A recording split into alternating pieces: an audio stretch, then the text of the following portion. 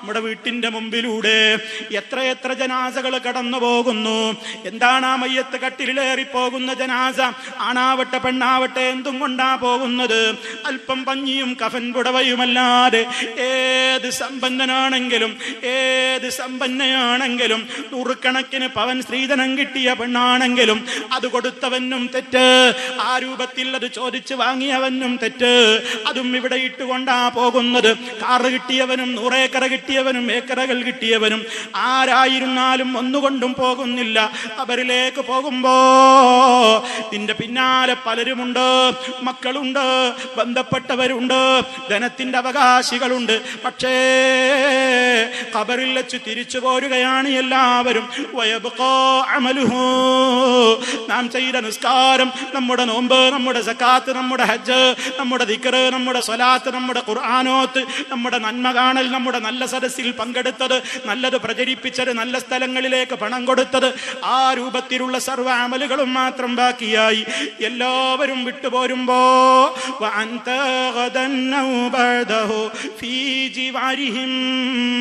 തൊടികപ്പുലത്തെ ഖബർസ്ഥാനിൽ എത്ര കണക്കിന് മയ്യത്തുകളാണ് മരിച്ചു കിടക്കുന്നത്. എത്രായിരം ഖബറുകളാണ് ഈ പരിസരങ്ങളിലൊക്കെ പള്ളികളിലുള്ളത്. ആരാവർക്കിന്ന് കൂട്ടിനുള്ളത്? ആരാണ് അവരുടെ കൂടെ കിടക്കാനുള്ളത്? ആരാണ് അവർക്കൊരു തണിയായിട്ടുള്ളത്? ആരും ഇല്ലല്ലോ. ഇനി നമ്മളും അങ്ങോട്ടാ പോകുന്നത്. ആ ഖബറിലേക്ക് പോകുമ്പോ ഒന്നും കൊണ്ടുപോകുന്നില്ല. അവിടെ വെച്ച് കഴിയുമ്പോഴേക്ക് ഈ ശരീരം പ്രദർശിപ്പിച്ച് പത്രത്തിലൂടെ, റിയാലിറ്റി ഷോയിലൂടെ, ഫോട്ടിലൂടെ, മൊബൈലിലൂടെ, ഫേസ്ബുക്കിലൂടെ തന്റെ ശരീരം പ്രദർശിപ്പിച്ച ആ പെണ്ണെ അഴുകുന്നതാണൊരു 3 ദിവസം കൊണ്ടും. സുഹൃത്തുക്കളെ നമുക്കുള്ള നേത്രം രണ്ടും. ഉടൻ തന്നെ മുഖമിൽ കാണുമേ ഗുഹ 2. നോക്കുന്ന പക്ഷം മണ്ടുമേ ഭയം കൊണ്ട്.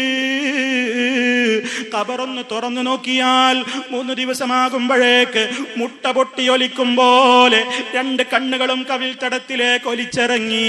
ശരീരം മുഴുവനും ചിതലരിച്ചു പോയി. പൊൻവർണ്ണ കോമള മൃദുലമായ ശരീരമിൽ സമരത്തിലാണ് പരസ്പരം തിന്നുന്നതിൽ. ചിതലും പുഴുക്കൾ താവളം പെരുത്തുണ്ടതിൽ. സന്തോഷമാണവകൾക്ക് നീ ചെല്ലുന്നതിൽ. കാടില്ല റേഷൻ വേണ്ട പോലതിലുണ്ട്. ക്യൂ സിസ്റ്റമില്ല, തള്ളലാണതുകൊണ്ട്. പ്രിയപ്പെട്ട സഹോദരന്മാരെ, ഇന്ന് നമ്മൾ മരിച്ചു കഴിഞ്ഞാൽ തൊടികപ്പുലത്തെ ഖബർസ്ഥാനിലോ വാണിയമ്പലത്തെ ഖബർസ്ഥാനിലോ ഈ ലോകത്ത് എവിടെയുള്ള ഖബർസ്ഥാനിലും വെച്ച് കഴിയുമ്പോ അതേ ഈ ബോഡി അങ്ങ് നശിച്ചു പോവുകയാണ്. ചതലും പുഴുക്കളും പാമ്പും കാത്തിരിക്കുകയാണ്. ഈ ശരീരമാണ് പ്രദർശിപ്പിക്കുന്നത്. ഈ ശരീരമാണ് കണ്ടോ എന്ന് പറഞ്ഞ് ആണുങ്ങളെ ക്ഷണിക്കുന്നത്. അവരിലേക്കാണ് വന്നോ എന്ന് പറഞ്ഞുകൊണ്ട് ക്ഷണിക്കുന്നത്. ഇങ്ങനെ പടച്ച റബ്ബിനെ ഭയമില്ലാതെ ജീവിക്കുന്ന ഒരു യുവസമൂഹം അതേ ആ രൂപത്തിലുള്ള കാര്യങ്ങളൊക്കെ ചിന്തിക്കാതെ കണ്ട് ഖബറിലെത്തുമ്പോ അവിടെ ചോദ്യമില്ലേ പ്രിയമുള്ളവരെ? മഹ്ശറിലെത്തുമ്പോ പറയണ്ടേ മറുപടി? നിന്റെ ബോഡിയെ കുറിച്ച് മറുപടി പറയണ്ടേ? അറിവിനെ കുറിച്ച് പറയണ്ടേ? യൗവനത്തെ കുറിച്ച് പറയണ്ടേ? ആയുസ്സിനെ കുറിച്ച് പറയണ്ടേ? പണത്തെ കുറിച്ച് പറയണ്ടേ? അവിടെ നിഷേധിക്കാൻ തയ്യാറാകാൻ കഴിയുമോ? വായക്ക് സീല് വെക്കില്ലേ? കൈകൾ സംസാരിക്കില്ലേ? കാൽത്തുട സംസാരിക്കില്ലേ? എല്ലുകൾ സംസാരിക്കില്ലേ? തൊലി സംസാരിക്കില്ലേ? മാംസം പോലും സംസാരിക്കില്ലേ? ആ ഒരു ഭയാനകമായ നാളിനെ ഓർത്തുകൊണ്ടെങ്കിലും പരിശുദ്ധ ഖുർആൻ അല്ലാഹു തആല പഠിപ്പിച്ചു തന്നതുപോലെ, റസൂൽ സല്ലല്ലാഹു അലൈഹി വസല്ലം പഠിപ്പിച്ചു തന്നതുപോലെ ആ നിലക്ക് ഉൾക്കൊണ്ട് ജീവിച്ചാലല്ലാതെ രക്ഷയില്ല.